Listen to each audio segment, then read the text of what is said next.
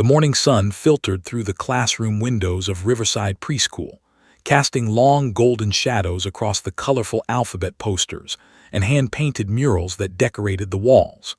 Mrs. Patterson stood by the cubbies, watching as parents dropped off their children, her practiced smile never wavering even as her internal alarm bells rang louder with each passing day. When Carmen Santos arrived with 3-year-old Maria, Mrs. Patterson's heart performed its now familiar sinking motion.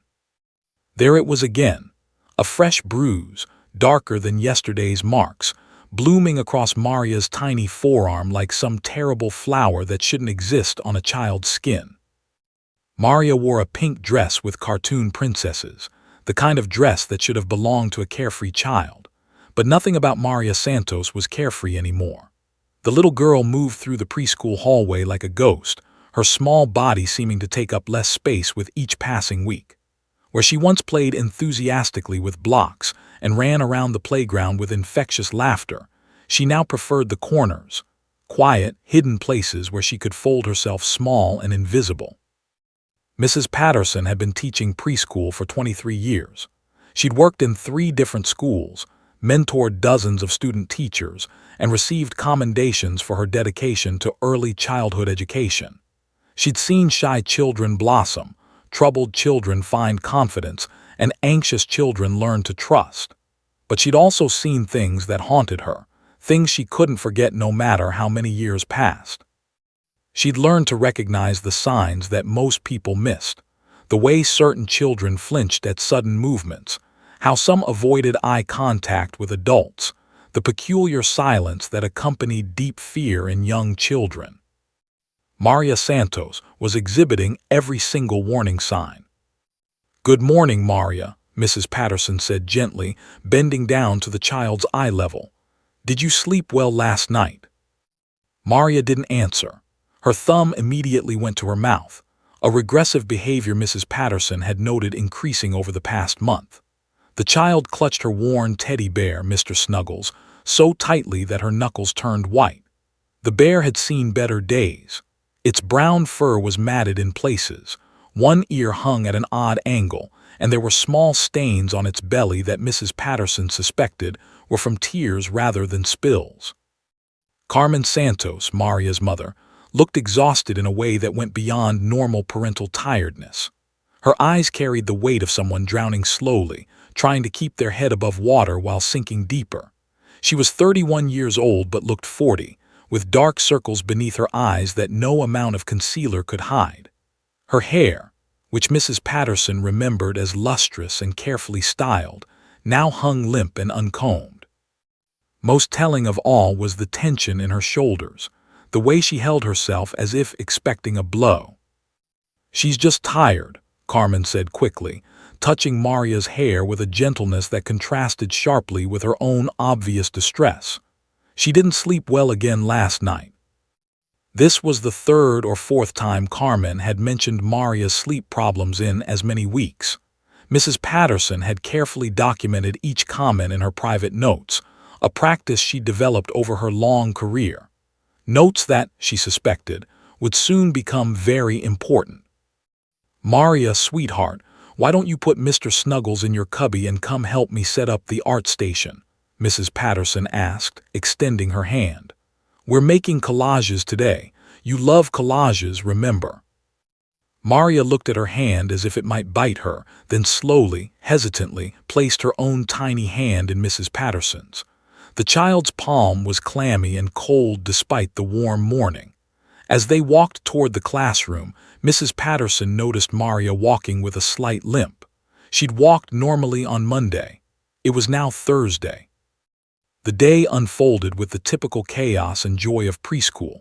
A dozen children engaged in various activities, painting, singing, playing with blocks, and running around during outdoor time. But Mrs. Patterson's attention kept returning to Maria, who sat alone at the art table, mechanically placing colored paper scraps onto a background. No joy, no creativity, just mechanized motion, as if her body was performing the task while her mind existed elsewhere. During snack time, when the children gathered around the low table for crackers and apple juice, Mrs. Patterson observed something that made her chest tight. One of the other children, Tommy, accidentally bumped Maria's arm while reaching for juice. The contact was completely innocent, barely a touch, but Maria's entire body went rigid. She gasped as if the touch had burned her. Her eyes went wide with something that looked like terror. Then, just as quickly, she seemed to retreat inward, her expression becoming blank and distant. Tommy, at 4 years old, was confused by her reaction. He reached out apologetically, trying to touch her arm. "Sorry, Maria, I didn't mean." Maria pulled her arm away so violently that her apple juice spilled across the table. She made a sound, not quite a word, more of a wounded animal noise, and Mrs. Patterson was beside her instantly, gently pulling the child close while being careful not to touch the bruised arm. "It's okay, sweetie. It was an accident.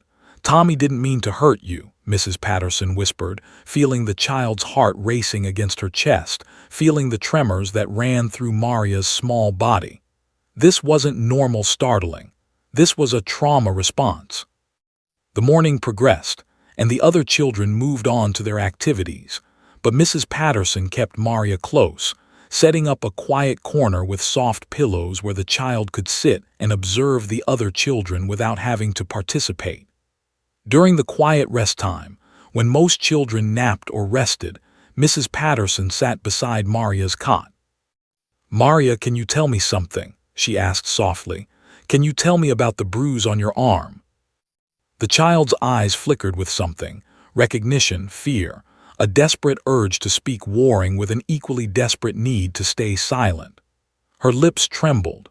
She opened her mouth as if to speak, and Mrs. Patterson held her breath, waiting, hopping, silently encouraging the child to break the wall of silence that surrounded her.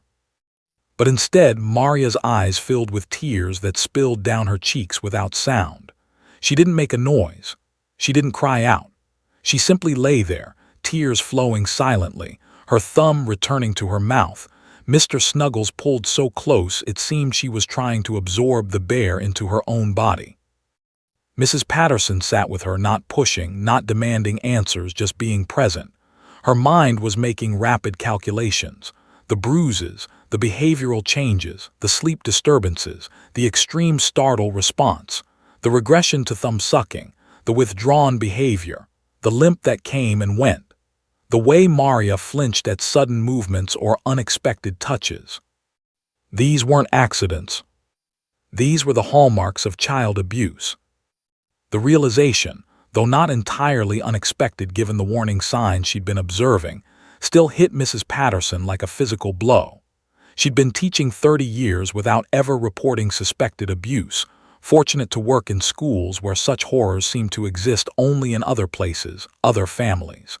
But Mrs. Patterson had sat through mandatory training every single year. She knew the signs. She understood the legal obligations. And she recognized that moment, when professional responsibility becomes moral imperative.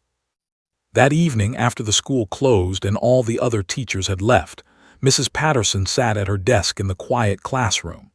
The late afternoon sun turned everything golden, casting long shadows that seemed to emphasize the silence.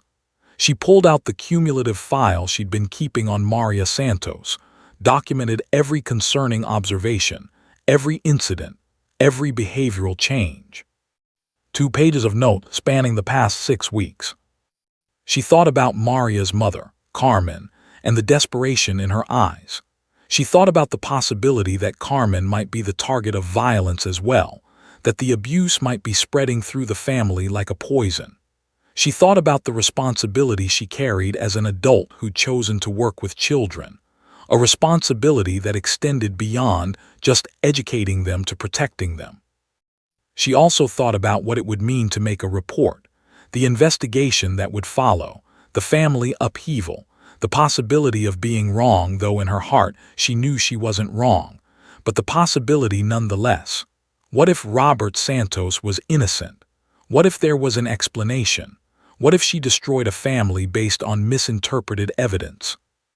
But then she thought about Maria's silent tears, about her flinching at a touch that was clearly accidental, about the way she moved through the world as if expecting violence at any moment, about the responsibility she had to that little girl who couldn't protect herself, who couldn't speak for herself, who could only retreat further into silence and fear. Mrs. Patterson picked up her phone and dialed the number she'd looked up, the one she'd hoped never to need. Child Protective Services, this is Patricia speaking. How can I help you? Mrs. Patterson's voice shook slightly as she began to speak, but it never wavered in its determination. She described Maria Santos. She detailed the bruises, the behavioral changes, the regression, the trauma responses she'd observed. She answered the questions Patricia asked, providing names, dates, descriptions of specific incidents. She gave permission for Patricia to contact her at the school for further information. By the time she hung up, Mrs. Patterson felt simultaneously lighter and heavier.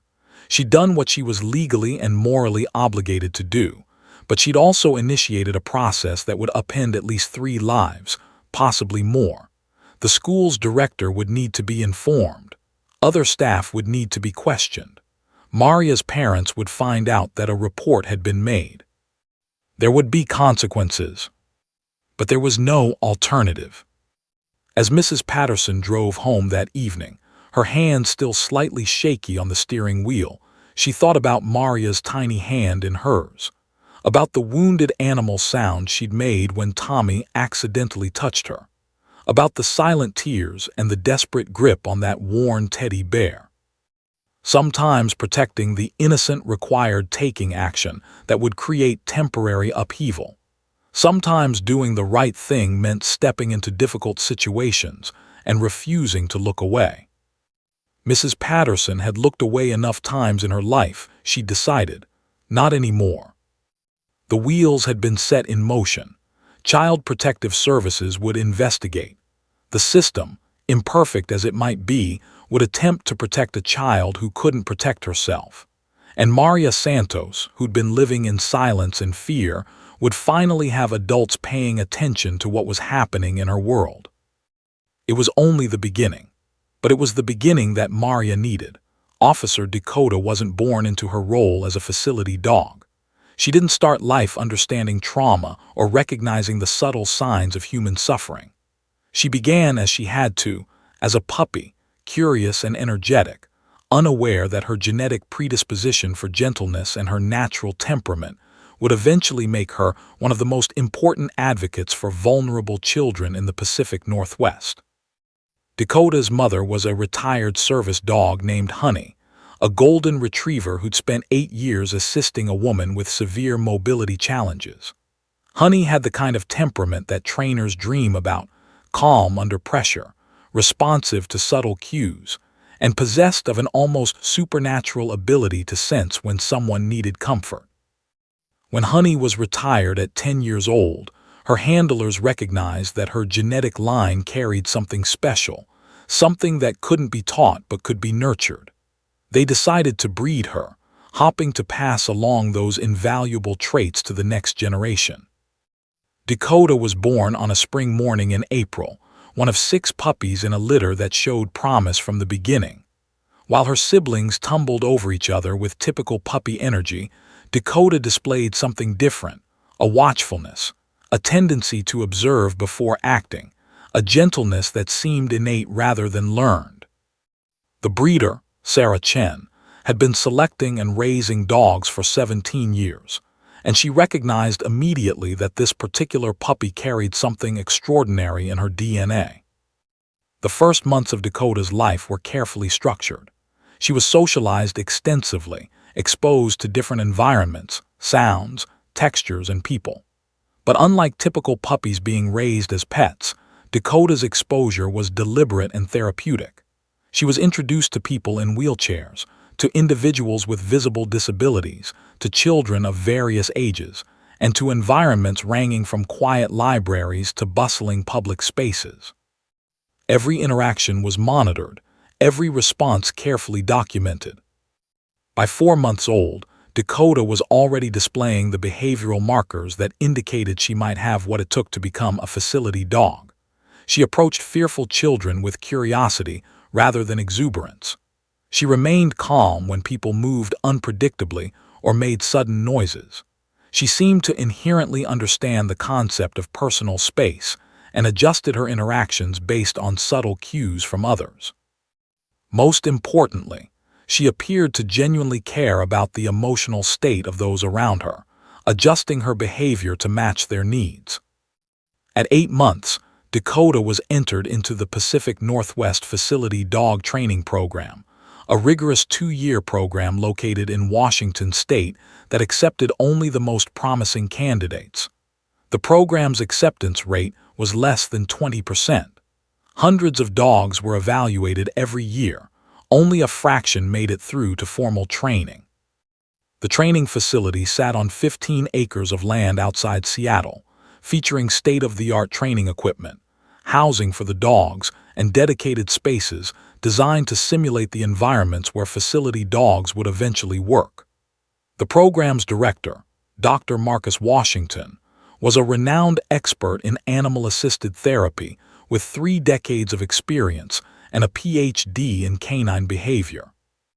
He'd worked with service dogs, therapy dogs, and facility dogs, and he understood that facility dogs required something different from other working animals, not just obedience, but emotional intelligence and the ability to provide comfort in the most challenging human circumstances. Dakota's training began with the fundamentals: obedience, housebreaking, leash walking, and basic commands. But these were just the foundation. The real training, the essential training, was about teaching Dakota to recognize and respond to human emotional distress. Trainers worked with Dakota on what they called distress recognition. She learned to identify the physical manifestations of anxiety: increased heart rate, rapid breathing, muscle tension.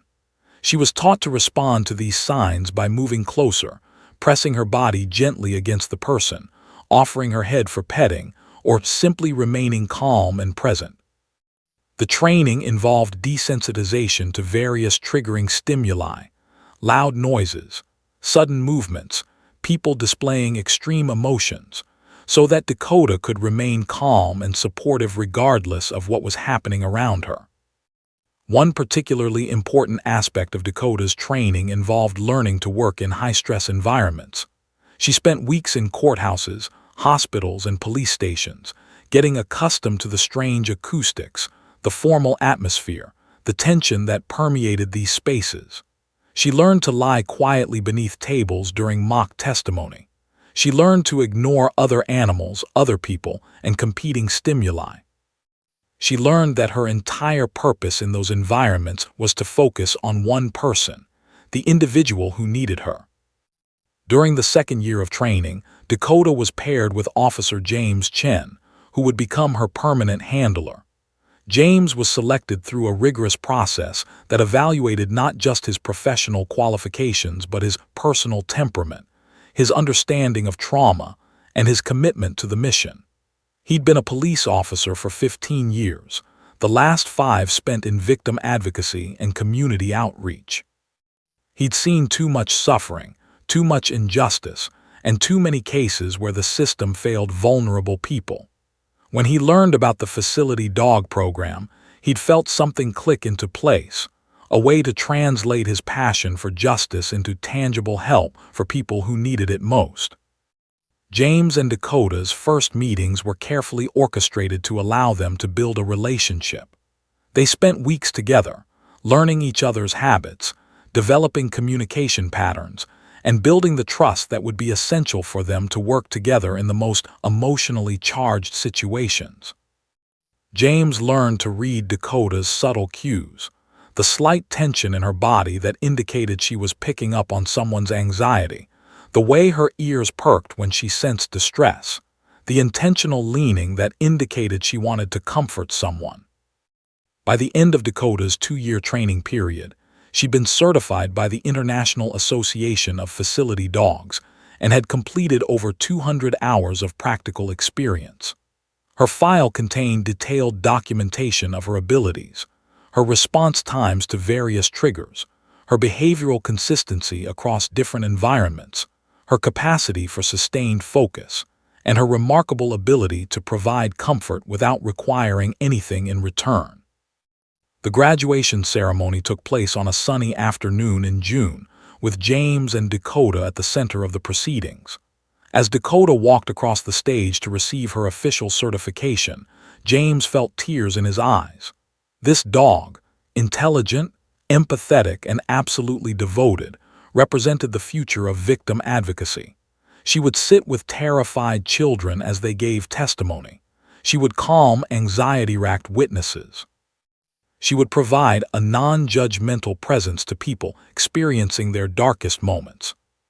When James brought Dakota to the Portland Police Department, the introduction to the community was carefully managed. There were news conferences where local media outlets featured the dog and explained her role. There were educational sessions with courthouse staff explaining how facility dogs worked and how their presence benefited the justice system. There were training sessions ensuring that all personnel who might work with Dakota understood the importance of maintaining her calm demeanor and respecting her work. But more important than the official introduction was the day Dakota began her actual work. Her first case involved a 7-year-old boy who'd witnessed a domestic violence incident and was scheduled to testify against his father. The boy was so anxious that he could barely speak during preparation sessions. His mother was terrified he wouldn't be able to testify, that the case would collapse, that justice would fail them. James brought Dakota into the courtroom during the boy's testimony. When the child saw the golden dog, something shifted in his entire body. His shoulders relaxed slightly. His breathing became more regular. He reached down and touched Dakota's soft fur, and it was as if he'd anchored himself to something solid in a world that had become chaotic and frightening. The boy testified for nearly an hour, with Dakota's head resting against his leg. His account was clear, detailed, and ultimately devastating to his father's defense. The jury convicted. The boy's mother afterward had approached James with tears streaming down her face, thanking him and Dakota for what they'd done. That was 3 years ago. Since then, Dakota had worked on 43 cases. She'd comforted children testifying about abuse. She'd sat with adolescents describing assault. She'd provided a calming presence to frightened witnesses in high-profile criminal cases. She'd become known in legal circles as something almost miraculous, a tool that actually worked, that made a tangible difference, that helped people access their own courage and voice. James had kept detailed records of every case, every outcome. 43 children and young adults had testified with Dakota's support. 38 of those cases had resulted in convictions. The conviction rate for similar cases without facility dog support was significantly lower. The data was clear. Dakota was making a difference. But beyond the statistics, there was something more profound happening. Children who worked with Dakota reported lower anxiety levels in subsequent therapy sessions. Young witnesses found their trauma less debilitating when they'd experienced being truly heard and supported. The presence of the dog seemed to create a space where truth could emerge more readily, where fear could be managed, where children could access reserves of courage they didn't know they possessed. James understood that Dakota wasn't magical. She was simply a dog who'd been trained to do one thing exceptionally well, to be present for people in their pain and fear. She couldn't make abuse disappear. She couldn't undo trauma. She couldn't guarantee justice. But she could provide comfort. She could offer reassurance. She could sit with someone and silently communicate that they were not alone, that they were safe, that their pain was witnessed and validated by a being who asked nothing in return except to help. And in a system that often felt cold, adversarial, and dehumanizing, that simple gift of compassionate presence had become invaluable. On the morning that James received the call about a 3-year-old girl named Maria Santos who needed his help, he was in the precinct reviewing case files with Dakota resting at his feet.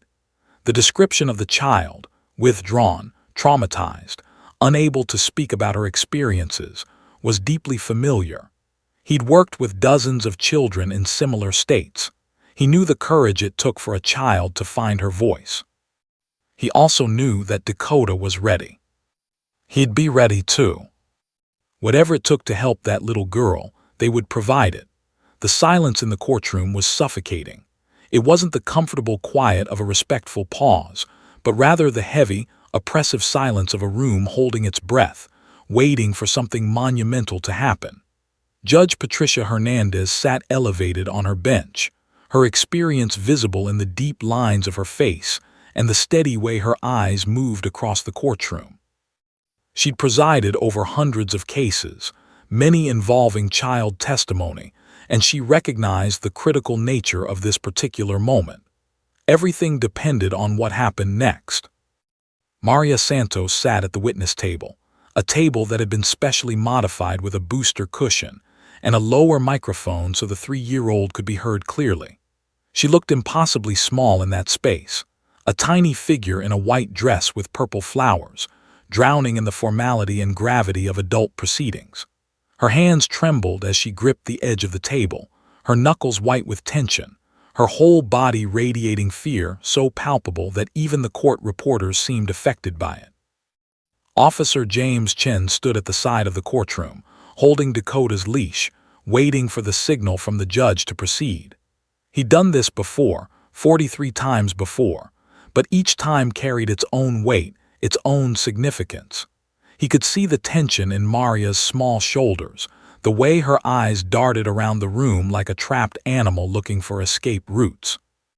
She hadn't looked at her father since entering the courtroom, and she certainly hadn't looked at Kenneth Wright, the defense attorney whose job it was to challenge her testimony and plant seeds of doubt in the minds of the jury.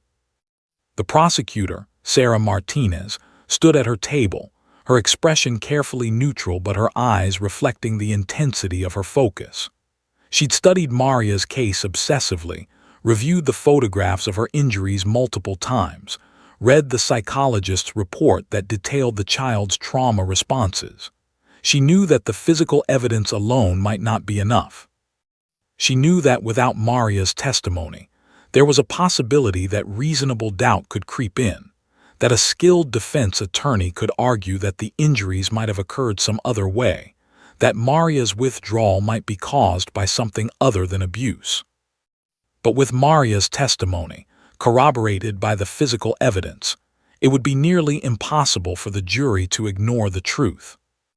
If Maria could testify, if she could find her voice. Judge Hernandez nodded slightly toward Officer Chen. "Officer, you may bring the facility dog into the courtroom." The courtroom doors opened, and Officer Chen stepped forward, Dakota moving gracefully beside him. The moment Dakota entered the space, something shifted.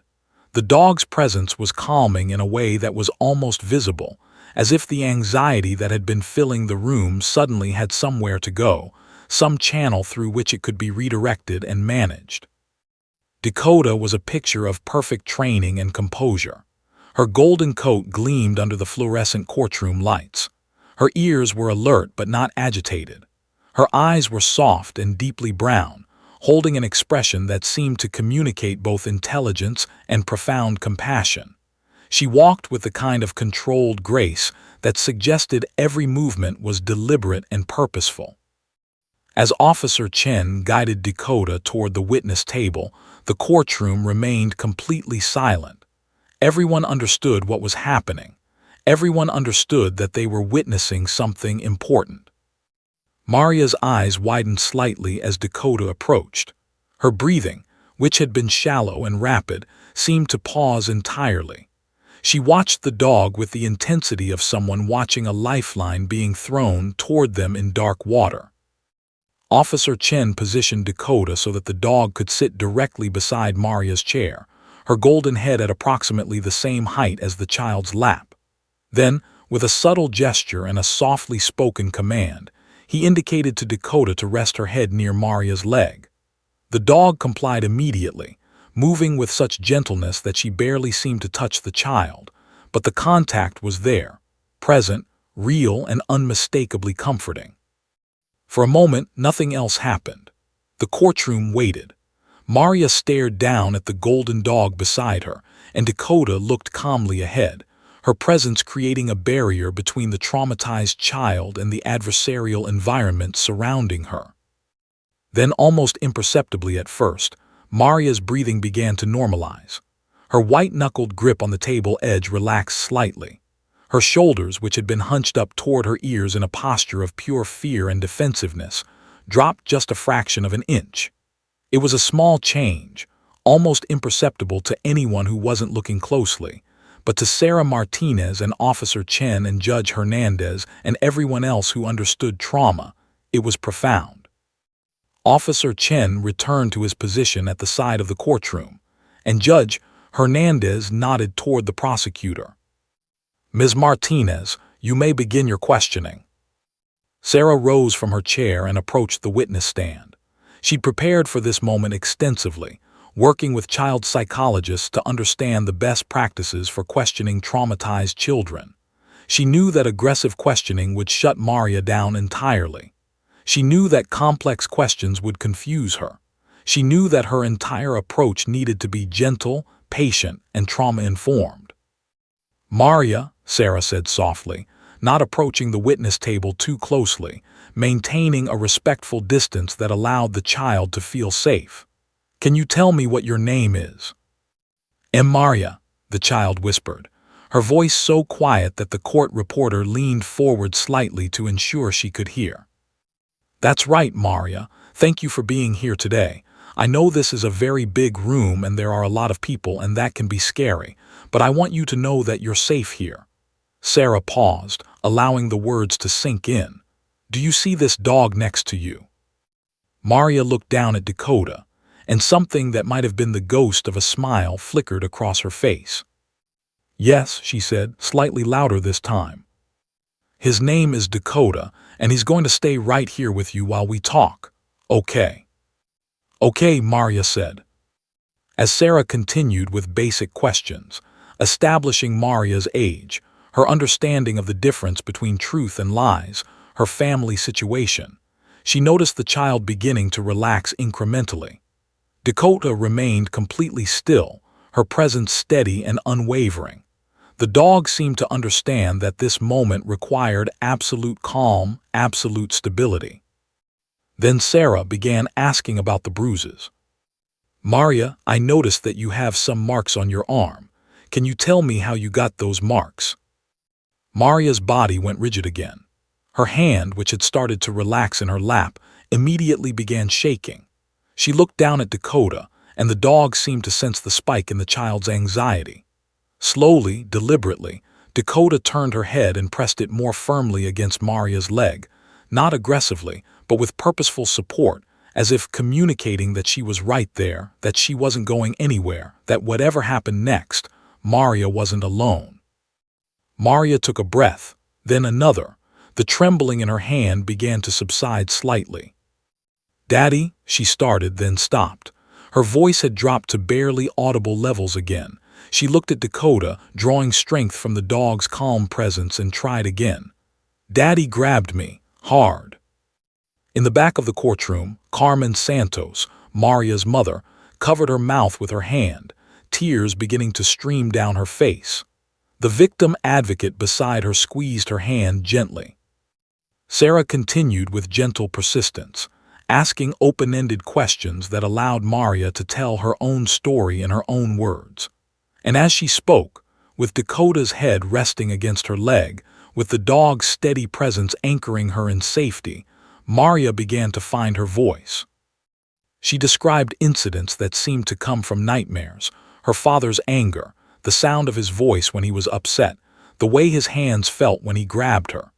She talked about being locked in her room, about crying and no one coming to help her, about the fear that lived in her stomach every moment she was with him. She used the limited vocabulary of a 3-year-old, but the meaning was devastatingly clear. And then came the moment that everyone in the courtroom would remember for the rest of their lives. Sarah had finished her primary questioning and was asking follow-up questions when Maria suddenly raised her tiny arm and pointed directly at Dakota. Every eye in the courtroom turned toward the child. Maria, what are you pointing at? Sarah asked gently. The child took a trembling breath. She looked at Dakota, at her mother, at the dog again. And then, in a voice that seemed to come from deep within her, from some place where she'd been gathering courage all along, she spoke two words that shattered the silence and the doubt and everything that had been standing in the way of justice. Help me. The words hung in the air like a bell that had been struck, reverberating through the entire courtroom. The court stenographer's fingers stilled on her keys for just a moment so brief no one else might have noticed, but a moment that indicated the profound significance of what had just been said. Judge Hernandez leaned slightly forward, her expression intensifying. Sarah Martinez felt her own throat tighten with emotion. Maria hadn't said these words to the prosecutor. She hadn't said them to the judge or to the jury or to any of the adults whose job it was to protect her. She'd said them to the golden dog beside her, through the dog, as if communicating with the only being in the room she truly trusted. Help me, she'd said, and in those two words was all the desperation, all the fear, all the desperate need for protection that a 3-year-old could express. For a moment, nobody moved.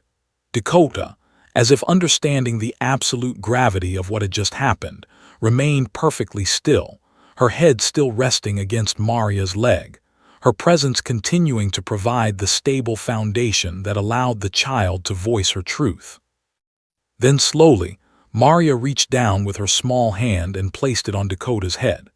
She stroked the dog's soft golden fur, and the simple gesture seemed to communicate everything that needed to be said about the power of compassion, about the way connection and kindness could help people access their own courage, about the profound difference that one being could make in another's life. Kenneth Wright, the defense attorney, seemed to sense that something fundamental had shifted in the room. His expression tightened. He knew that whatever defense he might have been building was now crumbling. No jury, having heard those two words, seeing that gesture of connection between a traumatized child and the dog who'd helped her find her voice, would be able to dismiss Maria's testimony as unreliable or suspect.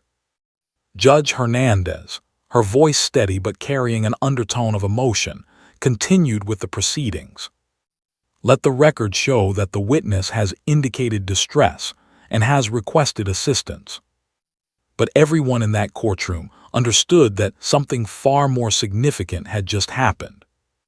A child had found her voice. And she'd done it with the help of a dog who understood, on some fundamental level beyond words, what it meant to comfort the broken and stand with the suffering. The courtroom seemed to have transformed into a different space entirely after those two words. Help me. The air felt charged with a different kind of energy now, not the suffocating tension of before, but rather the intensity of a moment when truth was finally breaking through lies, when reality was displacing denial. Maria's hand remained on Dakota's head, her small fingers buried in the dog's soft golden fur, as if drawing strength directly from the animal's calm presence. Sarah Martinez took a moment to compose herself. She'd interviewed hundreds of witnesses, questioned victims of all ages, but there was something about this moment, something about a 3-year-old girl finding her voice with the help of a trained facility dog, that affected her more deeply than she could adequately express. She understood the significance of what was happening. She understood that every word Maria spoke from this moment forward would carry the weight of her newfound courage, would be spoken by a child who'd overcome her terror enough to articulate her truth.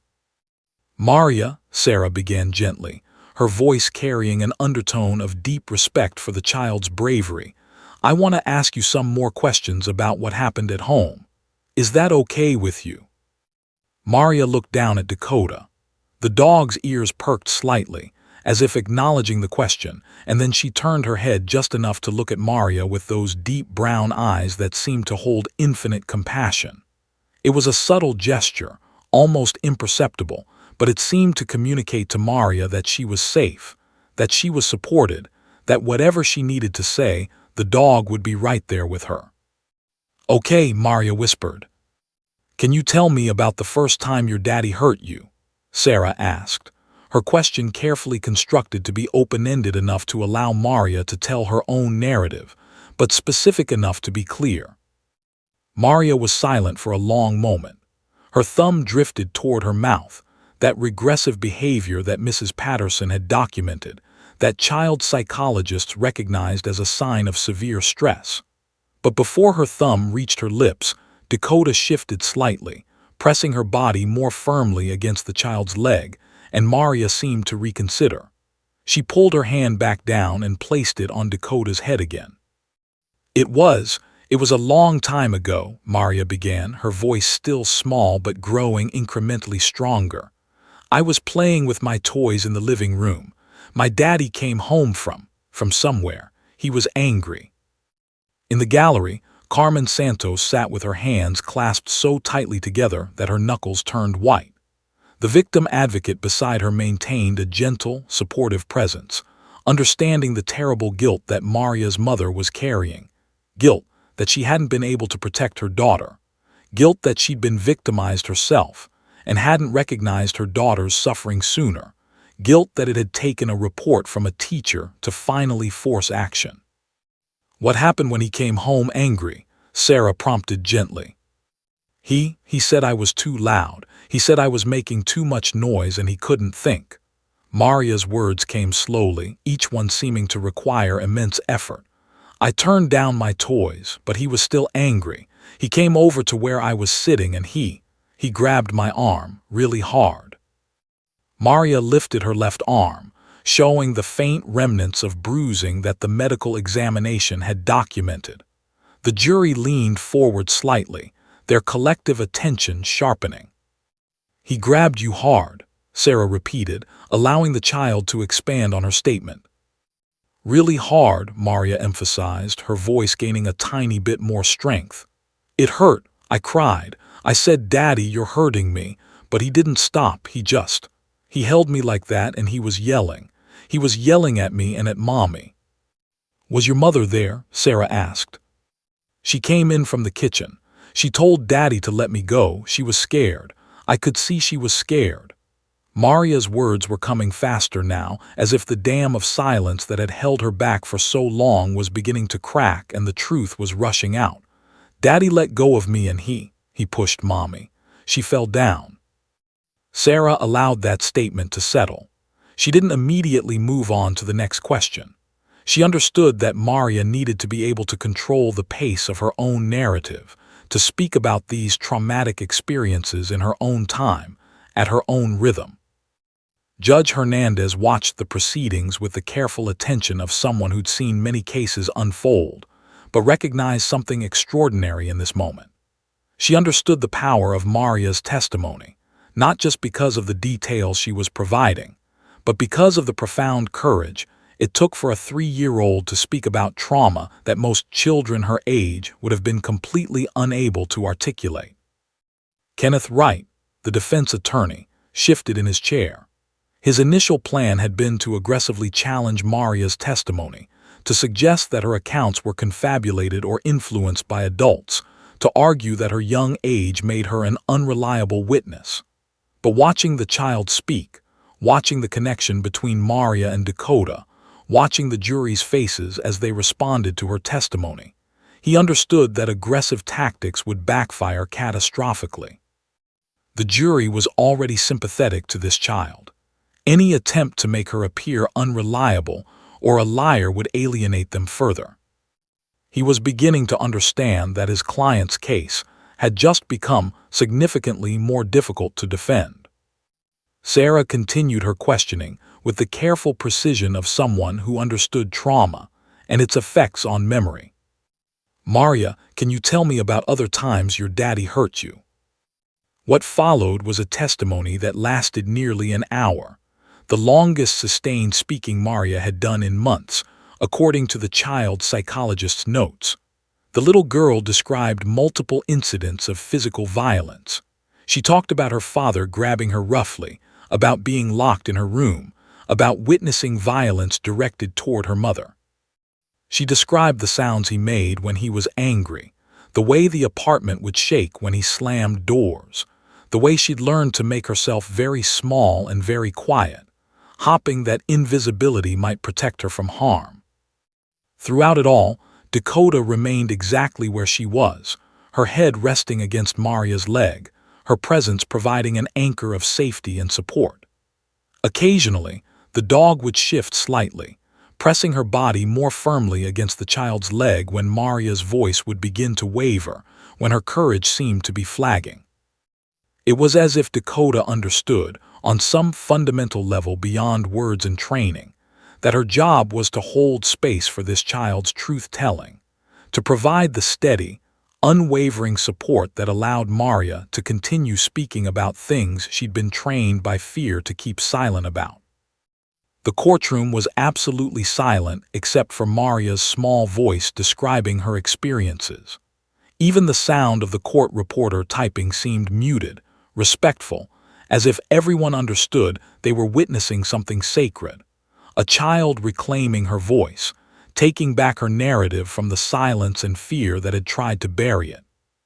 "When your daddy locked you in your room," Sarah asked carefully, "what happened then?" "I would cry," Maria said quietly. "I would cry, and I would call for my mommy, but she couldn't come because daddy wouldn't let her." "How long would he lock you in your room?" "I don't know, a long time, until I stopped crying. He said if I didn't stop crying, he would hurt me more." Sarah paused, allowing the enormity of that statement to settle. A 3-year-old child, learning to modify her own behavior based on threats of violence, learning that her cries for help would not be answered, learning that survival depended on silence and invisibility. "Maria, do you remember the last time this happened? The last time your daddy hurt you or locked you in your room?" Maria looked down at Dakota, and the dog's ears twitched slightly, as if she was listening intently to the child's words. Maria reached down and stroked the dog's head, seeming to draw comfort from the gesture, seeming to be gathering courage for what came next. It was not a lot of days ago," Maria said. "Before I went to school and Mrs. Patterson asked me about my bruises. Daddy was angry about something on the TV. He picked me up and he threw me." The courtroom audibly gasped. Even Carmen Santos made a small sound of distress, though the victim advocate beside her maintained a gentle hand on her arm. "He threw you," Sarah repeated, her own voice now carrying a tremor of emotion. "On the couch," Maria clarified, as if this detail somehow made it less serious, as if being thrown onto a couch rather than onto the floor was important. "I hit my arm on the armrest. That's where the big bruise came from." Sarah glanced at the medical examiner's report that lay on her table, at the photographs of the bruises that corroborated Maria's account. The timing matched, the location matched, the description matched. "Maria, I want to ask you something very important," Sarah said, her voice becoming more formal, understanding that this question would carry significant legal weight. "Are you telling me the truth right now? Are all the things you've told me really things that happened?" Maria's eyes met Sarah's directly for the first time. There was a clarity in those young eyes that transcended age, a truth that couldn't be manufactured or coached. Dakota seemed to sense the importance of the moment. The dog sat up slightly, her posture becoming more alert, her attention focused entirely on Maria. "Yes," Maria said firmly. "It's all real, it all really happened." Sarah nodded slowly. "Thank you, Maria. I'm going to sit down now and another lawyer is going to ask you some questions. His name is Mr. Wright. It's okay to answer his questions too. Does that sound okay?" Maria looked at Dakota. The dog's tail, which had been still during the entire testimony, gave a single, gentle wag. "Okay," Maria whispered. As Sarah returned to her seat, she felt the weight of what had just occurred settle upon her. They had it, all the testimony they needed, corroborated by medical evidence, psychological evaluation, and the testimony of a 3-year-old who'd found the courage to speak her truth. The case wasn't certain, no case ever was, but they had transformed an almost unwinnable situation into something quite manageable. Kenneth Wright rose slowly from his seat. He understood what he was supposed to do, cross-examine the witness, attempt to find inconsistencies, plant seeds of doubt. But as he looked at Maria, at the small child whose hand was resting on a golden dog's head, at the jury's faces reflecting compassion and belief, he made a strategic decision. There would be no aggressive cross-examination. There would be no attempt to discredit this child.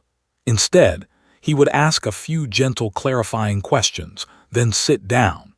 Any attempt to make this child appear to be lying or mistaken would be viewed as cruel and opportunistic by a jury that was already deeply sympathetic. Sometimes, a lawyer's job was knowing when to fight and when to accept the inevitable. This was a moment to accept the inevitable. The afternoon sun filtered through the high courtroom windows, casting long shadows across the mahogany panels that lined the walls. Judge Patricia Hernandez sat at her elevated bench, her expression contemplative and grave, the weight of her responsibility evident in the set of her shoulders and the careful way she held her pen. The courtroom had cleared of spectators after Maria's testimony concluded, but the space still seemed to vibrate with the emotional intensity of what had transpired. The jury had been dismissed to the deliberation room, where 12 ordinary citizens would now grapple with the most extraordinary responsibility of determining truth from evidence. Sarah Martinez sat at her table, her legal papers organized in neat stacks before her, though her mind was not on logistics, but on the faces of the jury members as they'd listened to Maria's account. She'd watched their expressions shift as the child spoke, initial sympathy deepening into something more profound, more certain. She'd noticed the way several jurors had looked at Kenneth Wright during his abbreviated cross-examination, their eyes reflecting a kind of protective wariness, as if daring him to even attempt to discredit the child. Kenneth Wright, by contrast, sat with the posture of a man who understood he'd lost. His legal pad remained largely blank during Maria's testimony, his pen unused, his questions during cross-examination perfunctory and brief. He'd asked Maria to clarify the timeline of events, to confirm certain dates, to explain how she knew particular details. But his heart hadn't been in it, and the jury had sensed that immediately. When a defense attorney stopped fighting, when he accepted the inevitable, it communicated something powerful to those watching, an admission that the evidence was simply too strong, the witness too credible, the truth too evident to effectively challenge. In the gallery, Carmen Santos sat with the victim advocate, her hands shaking slightly as she processed what had just occurred. Her daughter had testified.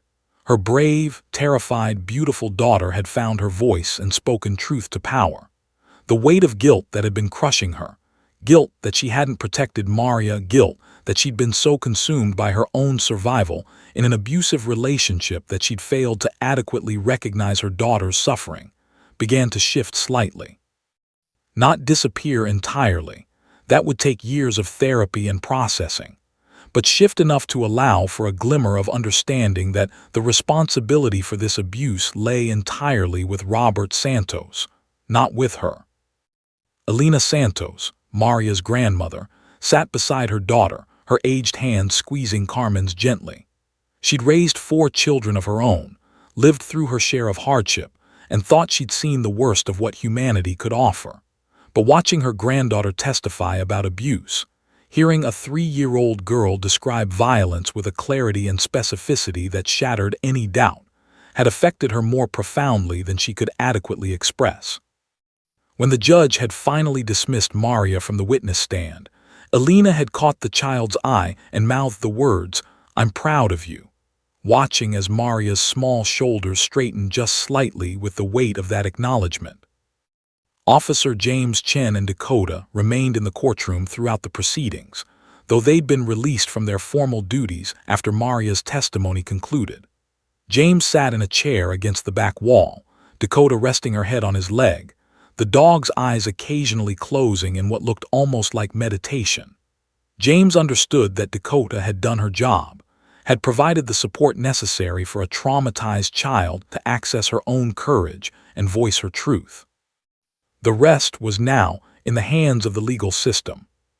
But he also understood that What had happened in this courtroom would have ripple effects that extended far beyond this single case.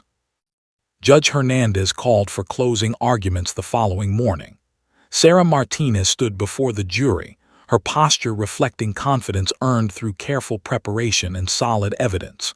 She walked through the testimony methodically, presenting the physical evidence, the photographs of Maria's bruises, the medical examiner's report, the timeline of injuries. She presented the testimony of mandatory reporters who'd observed Maria's behavioral changes. She presented the psychological evaluation, documenting the child's trauma. But most powerfully, she presented Maria's own words. "You heard from Maria Santos herself," Sarah said to the jury, her voice carrying the weight of her conviction.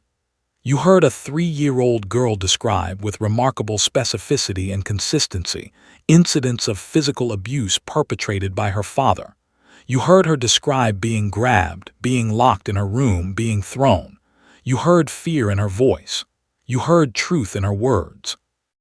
And you saw the courage it took for that child to speak those words, to overcome her terror enough to tell you what happened." Sarah paused, allowing the jury to absorb her words, allowing the image of Maria testifying with Dakota's support to remain fresh in their minds. The defendant would have you believe that Maria is mistaken, that her account is unreliable, that she's confused about what happened. But Maria's account is corroborated by medical evidence. It's corroborated by the observations of trained professionals who work with children every day.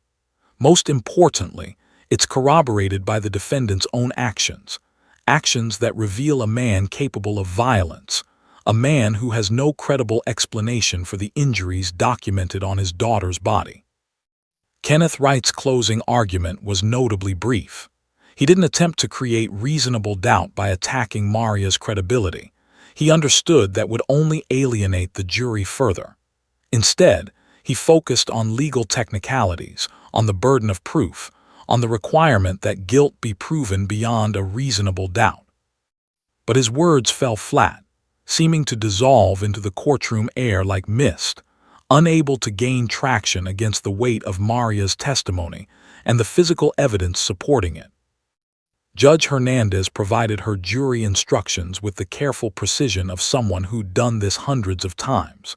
She explained the legal definition of child abuse. She explained the burden of proof. She explained that while Maria's young age might affect certain aspects of how they evaluated her testimony, it did not make her testimony automatically unreliable. She explained that juries were allowed to consider the demeanor of witnesses, their consistency, and whether their accounts were corroborated by other evidence. "You may consider," Judge Hernandez said carefully, "the manner in which the witness testified, the clarity of her account, and the way her account was corroborated by physical evidence and professional observation.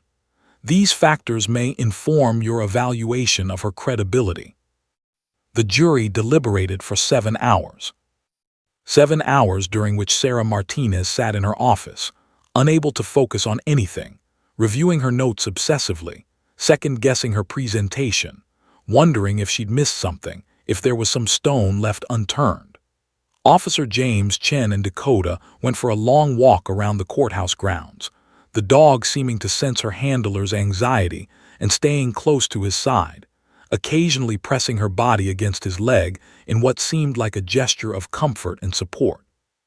Carmen Santos, Alina, and the victim advocate sat together in a small waiting room, each lost in their own thoughts, each understanding that the next few hours would determine the trajectory of their lives and Maria's future.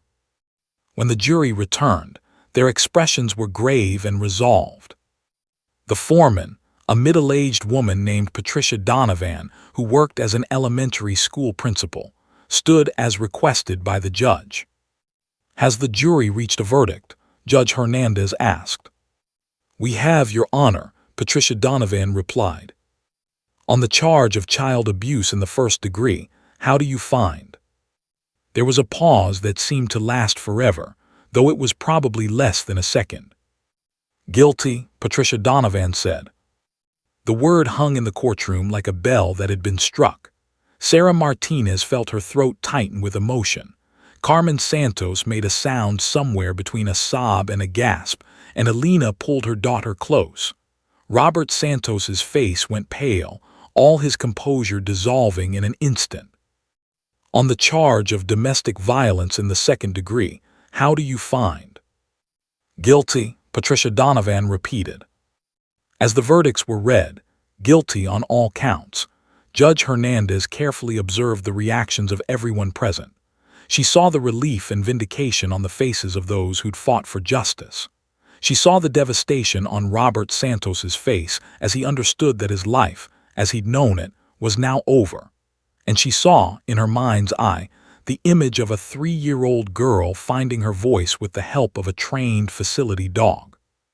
When the jury was dismissed, Judge Hernandez addressed the courtroom with the gravity the moment demanded. "I want to make a statement for the record," she said, her voice carrying the weight of her judicial authority. "This case presented extraordinary challenges. We were asked to prosecute child abuse based substantially on the testimony of a 3-year-old victim. The standard legal system often struggles with such cases.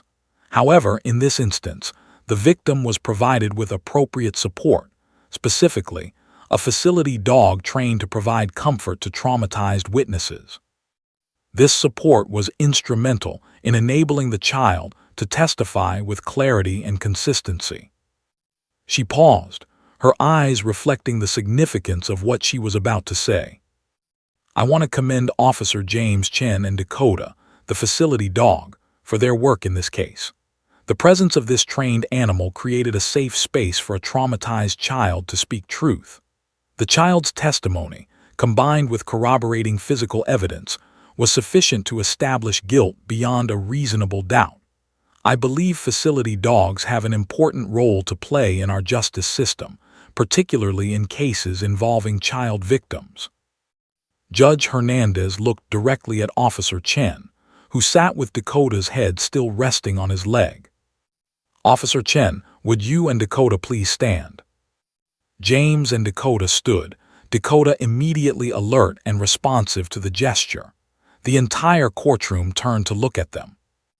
"This court recognizes the extraordinary work you both have done in bringing justice to a victim who otherwise might not have found her voice," Judge Hernandez said formally.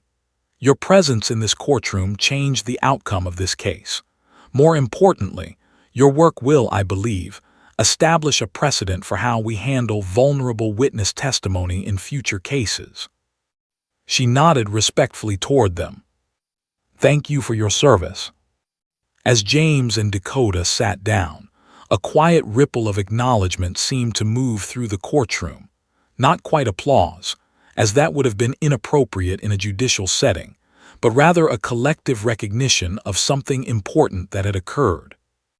Later that day, as news of the verdict spread through the courthouse, through the police department, and eventually to the local media, the story began to circulate. A 3-year-old girl, silent and traumatized, had found her voice with the help of a golden retriever.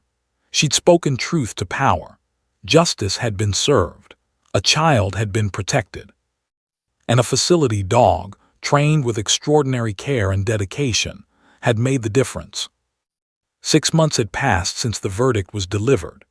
The autumn leaves were turning brilliant shades of gold, orange, and crimson across Portland, Oregon, painting the city in colors that seemed almost too vibrant to be real. Maria Santos sat in the sunny kitchen of her grandmother's home, a modest but warm space filled with the aromas of Alina's cooking and the gentle background sounds of a house where love was actively practiced and demonstrated daily. The little girl had transformed in ways that seemed almost miraculous to those who'd known her during the darkest months of her trauma. Her hair, which had been dull and neglected during the period when her father had custody, now shone with health and vitality. Her small face, which had been pinched and anxious, now carried the softer contours of a child who slept without nightmares most nights. She was gaining weight, not excessively, but healthily, as if her body was finally able to direct energy toward growth rather than survival. Most profoundly, Maria was smiling again, not forced, polite smiles, but genuine expressions of joy that transformed her entire countenance. She laughed at cartoons. She played with other children at preschool without the constant vigilance that had characterized her interactions before. She was developing friendships, learning to trust, slowly healing the deep wounds that trauma had carved into her young psyche. Elena Santos watched her granddaughter with the kind of love that only a grandmother could express, the fierce protectiveness of someone who'd already invested a lifetime in raising children and understood the profound responsibility of nurturing a wounded soul back to health. She'd created a home environment that was predictable, safe, and filled with unconditional acceptance. She'd enrolled Maria in therapy with a child psychologist who specialized in trauma, and she'd learned the techniques for helping a traumatized child process her experiences at a developmentally appropriate pace. But perhaps most importantly, Elena had learned to listen, not just to Maria's words, but to the deeper communications that a traumatized child expressed through behavior, through art, through play. When Maria drew pictures of a big dog protecting a small girl, Elena didn't need to ask what the drawing meant. She understood that her granddaughter was processing the experience of having been saved, of having been supported through her darkest moment by a being who asked nothing in return except to help. Carmen Santos had also changed significantly in those 6 months. She'd begun her own therapy, grappling with the complex emotions of having been victimized herself while failing to adequately protect her daughter. She joined a support group for survivors of domestic violence, finding strength and understanding in the company of other women who'd survived abusive relationships. She was rebuilding her relationship with her daughter slowly, with the guidance of professionals who understood that trust, once broken, required time and consistent, safe interaction to repair. The court had granted her supervised visitation with Maria, and those visits had become moments of cautious reconnection. Carmen was learning to be the mother her daughter needed, not the frightened, survival-focused woman she'd been while trapped in an abusive relationship, but rather someone capable of providing stability, protection, and unconditional love. Robert Santos was serving a 5-year sentence for child abuse and domestic violence.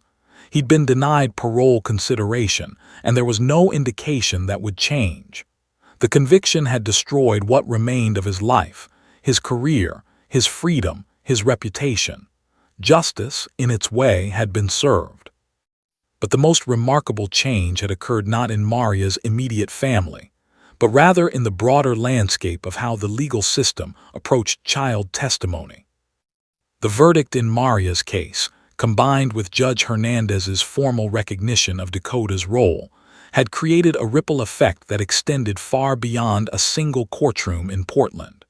News outlets had picked up the story of the 3-year-old girl who'd found her voice with the help of a facility dog. The narrative was compelling, emotionally powerful, and deeply moving. Media coverage had transformed what might have been a routine criminal conviction into a story that spoke to something fundamental about compassion, justice, and the power of support to help vulnerable people access their own strength. Within weeks of the verdict, the Portland Police Department received inquiries from law enforcement agencies across the Pacific Northwest, asking about expanding their facility dog program. Judge Hernandez's recommendation that facility dogs play a larger role in cases involving vulnerable witnesses had resonated with other judges, prosecutors, and victim advocates who recognized the practical and emotional truth of what the dog had accomplished. 3 months after the verdict, the Multnomah County judicial system formally approved expansion of the facility dog program. The county committed funding for 3 additional facility dogs to be trained through the same program that had trained Dakota. Selection criteria were established, training protocols were implemented, and within a year, 4 facility dogs were working within the county court system.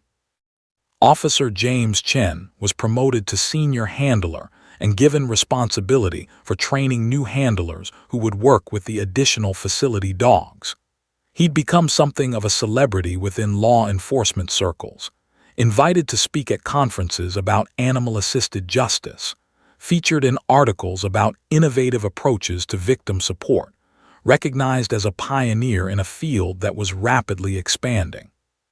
But James remained grounded, humble, and deeply committed to the original mission, helping vulnerable people access their voices and receive justice. Dakota, now 6 years old, had become somewhat of a local legend. Her photograph appeared in courthouse hallways, in training materials for new handlers, and in educational presentations about victim support. She'd worked on 73 cases in the year following Maria's trial, helping children, adolescents, and adult survivors of violence find the courage to testify. Her conviction rate for cases in which she provided support had climbed to 92%, a dramatic improvement over the baseline of similar cases without facility dog support. But Dakota remained unchanged in the ways that mattered most. She was still the same gentle, empathetic dog who understood, on some level that transcended training and technique, that her job was to provide comfort and steady presence to those who were hurting. She still approached her work with the same quiet dedication, the same unwavering focus on the individual she was supporting. On a cool October afternoon, exactly 6 months after the verdict, Officer James Chen received an unusual request. Elena Santos had called the police department and asked if there was any possibility that Dakota could visit Maria at her home. It wasn't an official capacity, no testimony required, no formal proceeding. Just a private moment between a child who'd been rescued and the dog who'd helped rescue her. James consulted with his supervisor, who approved the visit. And on a Saturday afternoon, Officer Chen arrived at Elena's home with Dakota, his heart warm with anticipation for what this reunion might mean for both the child and the dog. Maria was waiting on the porch, her grandmother standing protectively behind her. When the little girl saw Dakota, her entire face transformed. She didn't run, which showed the thoughtfulness that Elena had taught her about respecting the dog's space. Instead, she waited, watching as Dakota approached with her characteristic calm grace. Dakota seemed to understand immediately that this was someone she'd helped, someone whose voice she'd enabled. The dog's entire demeanor reflected recognition and connection. She approached Maria slowly, her tail wagging gently, her expression carrying something that could only be described as joy. Maria reached out tentatively, her small hand touching Dakota's head. The dog pressed her head into the child's palm, and for a long moment neither moved. They simply existed together, the small girl and the golden dog who'd helped save her. "Dakota," Maria said softly, "thank you for helping me." It was a simple statement, articulated by a child who was still learning to process and express complex emotions. But the significance of those words, the fact that Maria could express gratitude, that she could articulate what Dakota had meant to her, that she could acknowledge having been helped, represented the profound healing that had occurred. Officer James Chen felt tears in his eyes as he watched the interaction. This was why he dedicated himself to this work. This moment, this child safe and healing, expressing gratitude to a dog who'd made her salvation possible, was the ultimate validation of everything the facility dog program represented. Over tea in Elena's kitchen, James and Elena spoke about Maria's progress, about her therapy, about the slow but steady healing that was occurring. James shared information about the expansion of the facility dog program and how Maria's case had inspired systemic change. Maria's story, James explained, has become a teaching tool for training new handlers and new facility dogs. What she experienced, what she overcame, has helped create a model that's now being implemented in courts across the Pacific Northwest. Her courage has protected other children. Elena nodded, understanding the broader significance of what her granddaughter had endured and what she'd accomplished through finding her voice. "She still has nightmares sometimes," Elena admitted. "Healing isn't linear, but she's sleeping better, she's eating better, she's learning to trust again. And she talks about Dakota all the time. That dog represented safety when nothing else in her world was safe. Over the following months, the facility dog program continued to expand. By the end of the year, 12 law enforcement agencies across 3 states had implemented similar programs. Training facilities increased their capacity to produce facility dogs. Universities began offering courses in animal-assisted justice. The work that Dakota and James had pioneered was becoming standard practice. At a special recognition ceremony held at the Portland Police Department 1 year after the verdict, Dakota was awarded the Medal of Service, a rare honor typically reserved for police officers who'd engaged in extraordinary acts of heroism. The ceremony was attended by Judge Hernandez, Sarah Martinez, Officer James Chen, Maria and her grandmother, and dozens of other people whose lives had been touched by Dakota's work. When it came time to present the award, Judge Hernandez stepped forward, her expression reflecting the gravity and honor of the moment. "Dakota," the judge said, addressing the dog directly in a way that might have seemed unusual but felt profoundly appropriate, "you have served your community with distinction, compassion, and unwavering dedication. You have helped vulnerable people find their voices. You have enabled justice to be served. You have demonstrated that compassion and courage are not exclusively human qualities, but rather universal values that exist in beings across species." She placed the medal around Dakota's neck, and the dog stood perfectly still, her posture reflecting the dignity of the moment.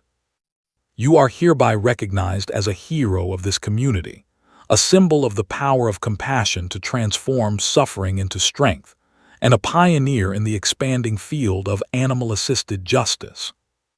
The room erupted in applause, a moment of recognition and gratitude for a dog who'd given her gifts to a community, who'd helped protect the vulnerable, who demonstrated that sometimes the most powerful thing one being could offer another was simply to be present, to be safe, and to be unwavering in one's commitment to helping them heal.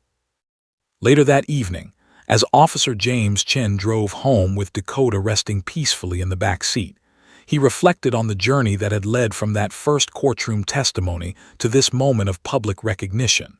He thought about Maria, who was now thriving in her grandmother's home, attending preschool, making friends, slowly reclaiming her childhood. He thought about the dozens of other children and adults who'd found their voices with Dakota's support. He thought about the systemic change that had been initiated by one dog, one officer, and one courageous child who'd been brave enough to say 2 words that changed everything. "Help me." Those 2 words, spoken by a terrified 3-year-old in a courtroom, had rippled outward in ways that none of them could have fully anticipated. They'd transformed a single case into a movement. They'd inspired systemic change. They'd created a legacy that would continue to protect vulnerable people for generations to come. Officer James Chen reached back and stroked Dakota's head gently, feeling the warmth of the dog's fur beneath his fingers, understanding that this dog, this extraordinary, compassionate, dedicated dog, had been his partner in work that would ultimately matter more than anything else he could accomplish in his career. On a quiet evening in Maria's grandmother's home, the little girl drew a picture in her coloring book. It depicted a small figure standing next to a large golden dog, the dog's head resting protectively against the girl's side. Above the picture, with Alina's help guiding her hand, Maria had carefully written 3 words. "Dakota saved me." And in that simple statement was the entire story. The trauma overcome, the voice found, the healing begun, the justice served, and the profound power of compassion to transform suffering into strength.